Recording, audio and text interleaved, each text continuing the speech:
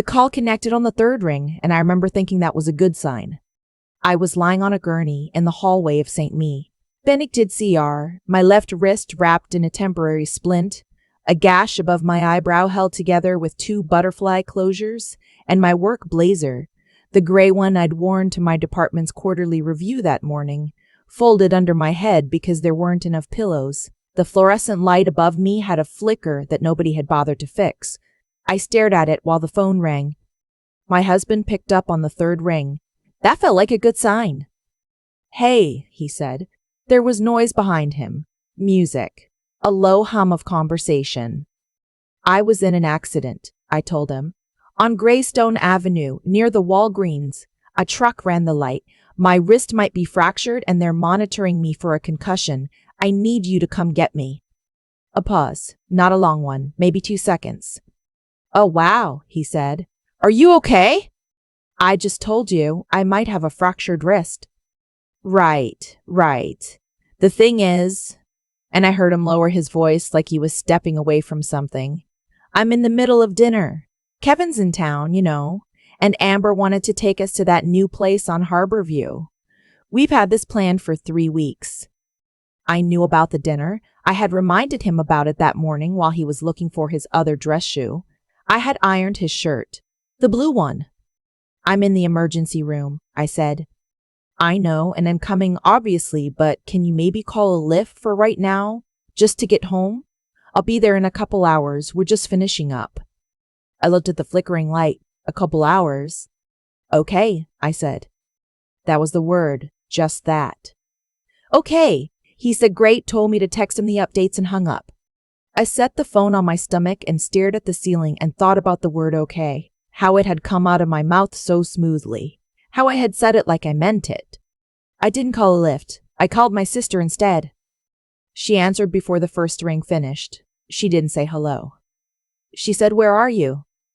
My name is not important. What matters is that I was 38 years old, a physical therapist with 11 years at the same orthopedic practice, and I had been married for 7 years to a man I'll call my husband, because that's what he was, technically, for a while longer.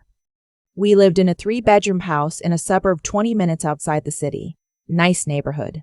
Good school district, which had felt relevant when we bought it, and we still thought we'd have kids. A yard with a Japanese maple I had planted myself the first spring we moved in. I loved that tree. I still do. My husband worked in commercial real estate. He was charming in the way that people who sell things for a living are charming. Easy smile, good eye contact, the ability to make you feel like the most interesting person in the room.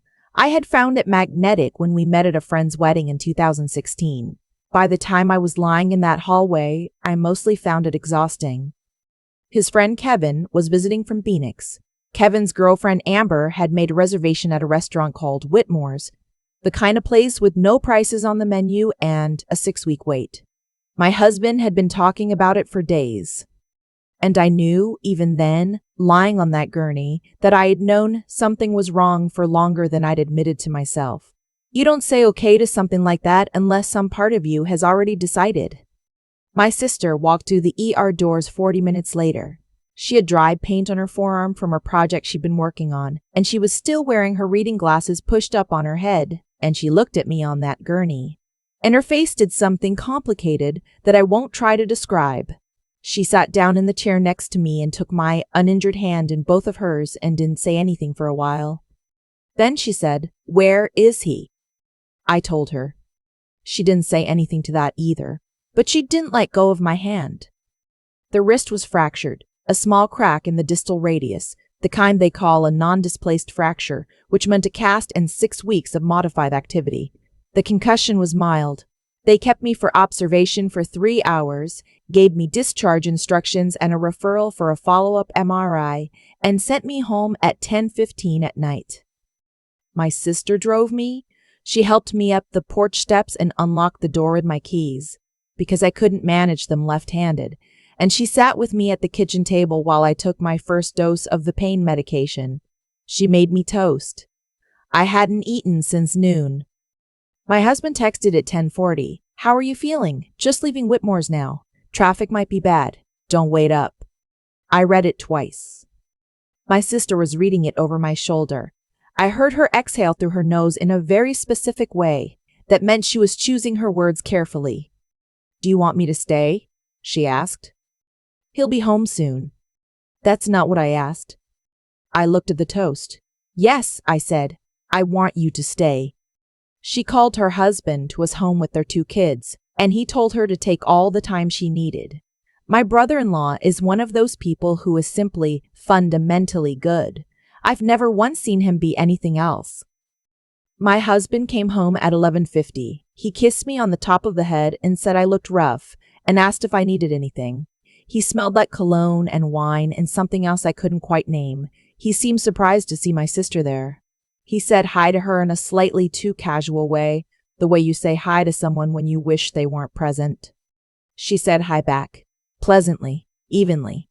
He went to bed at 12:30, said he had an early showing in the morning. My sister and I sat at the kitchen table until 2 a.m. We didn't talk about him, not really. We talked about our mother and about the maple tree and about a trip we'd taken together in our 20s to Portland that we never talked about enough. She slept on the couch. I slept badly in our bed, on my right side to protect my wrist, listening to my husband breathe. Here's what I knew and what I told myself I didn't know. I knew that for the past 8 months, my husband had started going to the gym at 7 in the morning, which was new because he had never been a morning person in the 7 years I'd known him. I knew that he had started being more careful about his phone. Not secretive exactly, but careful. The screen always face down on the counter. A passcode change I only noticed because I'd tried to check the thermostat app on his phone once while mine was charging. I knew that he had a colleague named Amber, the same Amber from the dinner, whom he'd mentioned more and more over the past year. Casual mentions, work mentions, but mentions. I knew that 3 months before the accident, I had found a receipt in the pocket of his jacket when I was sending it to the dry cleaner. Dinner for 2 at a restaurant I'd never heard of. On a Tuesday night in October when he'd told me he was at a client event. I had held the receipt for a long time. Then I had folded it and put it in the nightstand drawer on my side under a book I hadn't finished reading. And I had not said anything. I had told myself I was waiting for the right time. I know now that I was afraid of the answer. After the accident, after that phone call, I stopped being afraid. I went back to work 6 days after the accident, light duty. I couldn't do hands-on patient treatment with a cast, so I handled documentation, patient education, coordination. My boss, who had been my mentor since I was a new grad, took one look at me on my first day back and closed her office door and asked me what was really going on. I told her most of it, not everything, enough. She listened without interrupting. When I finished, she said, "You have 8 weeks of PTO saved." I know. I'm just pointing that out. I nodded. And you have good health insurance through us, not through him. I know that too. She looked at me steadily. Do you have a lawyer? I didn't, not yet. But I made a call that afternoon. The lawyer I found had been practicing family law for 18 years. Her office was on the 14th floor of a building downtown with a window that looked out over the river, and she had a framed needlepoint on her wall that said "Clarity is a kindness" in small dark letters. I liked her immediately.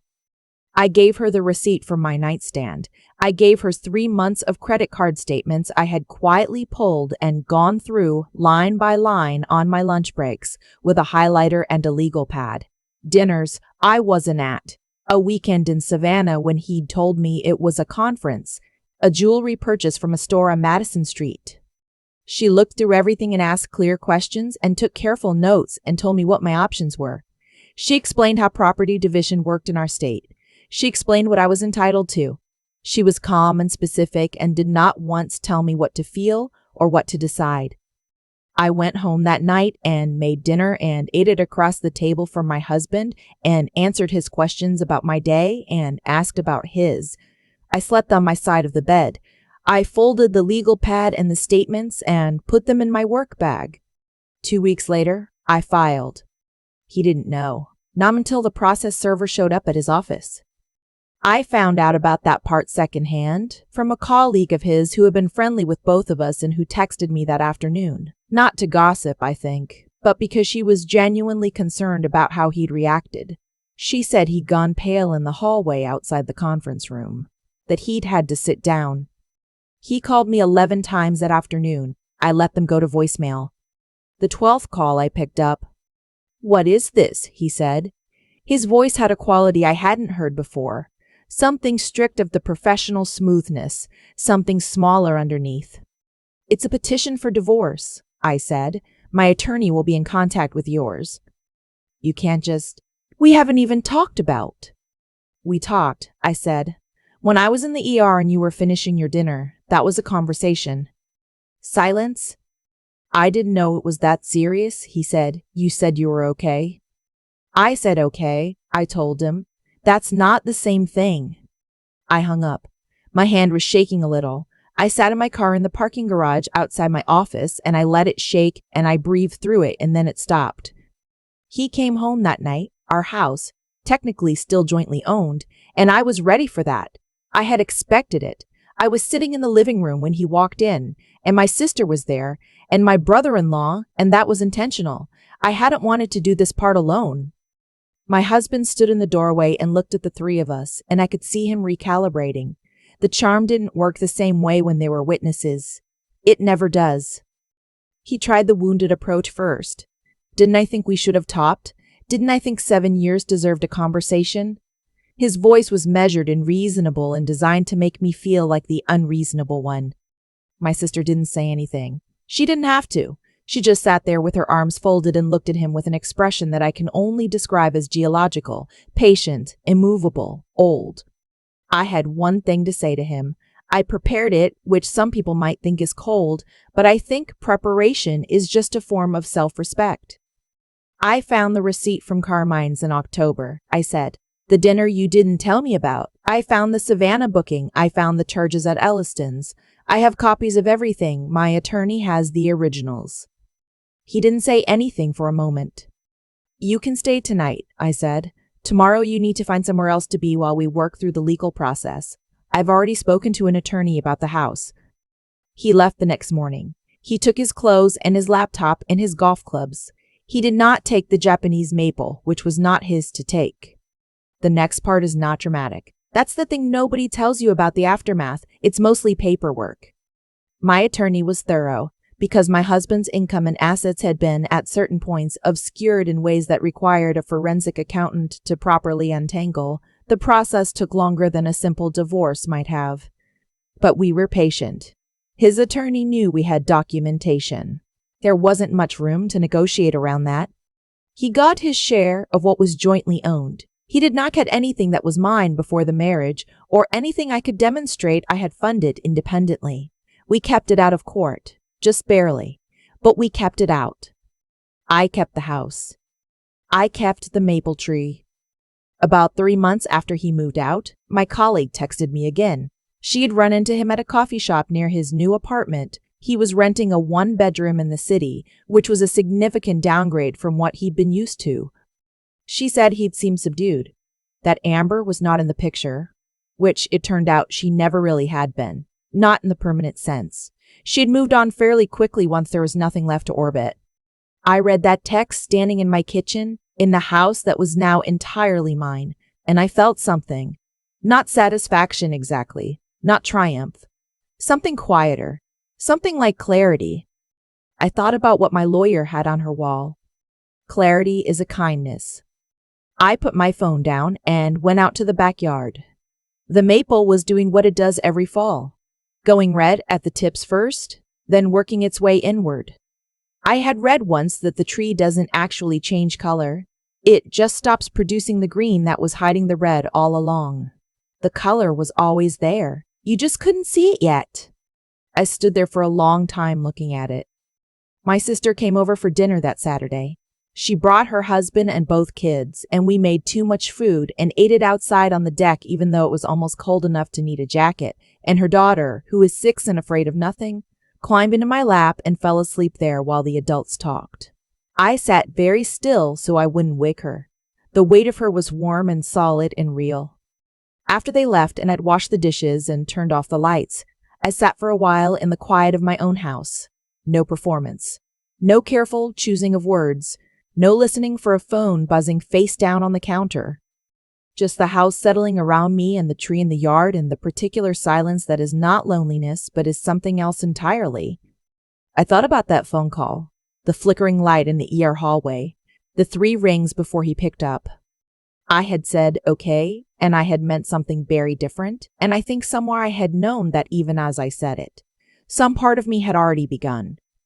Not every ending announces itself. Sometimes it just sounds like a word you said 1,000 times before, in a hallway under a buzzing light, while someone you loved chooses his dinner over you.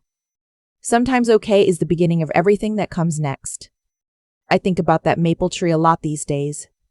I planted it the spring we moved in, back when I still believed the house was the beginning of something.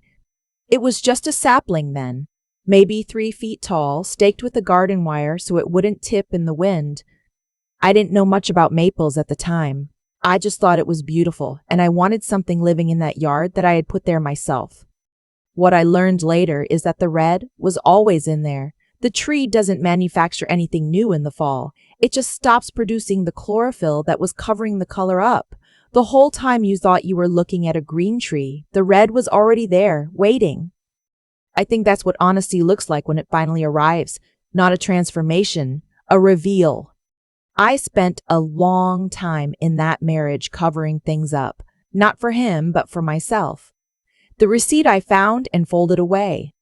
The passcode I noticed and chose not to ask about. The dinners I couldn't account for. I told myself I was waiting for the right moment. I know now I was doing something else. I was choosing comfort over clarity, and I dressed that choice up as patience so I didn't have to look at it directly. That is a failure of something important, the kind of honest self-reckoning that requires you to look at your own role in what's happening, even when it's easier to look only at someone else's. I'm not saying I caused what he did, I didn't.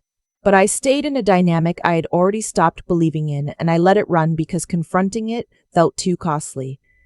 That's a choice I made, and owning that matters to me now more than it did then.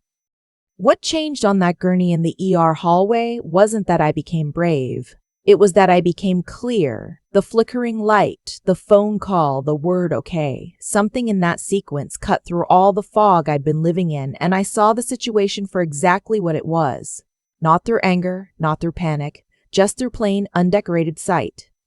And then I used that clarity to act carefully. I didn't blow things up that night. I didn't call him back and say everything I was thinking. I called my sister. I made an appointment with a lawyer. I pulled the statements. I built a record. I moved methodically, one step at a time, even when what I wanted to do was something much louder.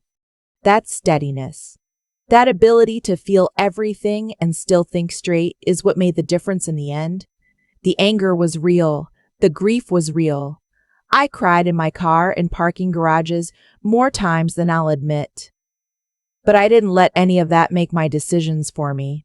I let my attorney make my decisions within the boundaries I'd set, based on facts I had documented. That discipline is what kept me from walking away with less than I deserved. My sister sat with me at that kitchen table until 2 a.m. with dried paint on her arm. She didn't tell me what to do. She just stayed. That kind of loyalty, the kind that shows up without being asked and doesn't need to perform itself, is something I don't take lightly anymore. I think you become more like the people you let yourself lean on. I want to be that kind of person for someone else. The house is mine now. The maple went fully red last October the way it does. I stood in the yard and watched it and thought about everything that was already there, underneath the whole time. Some things don't change. They just finally get seen.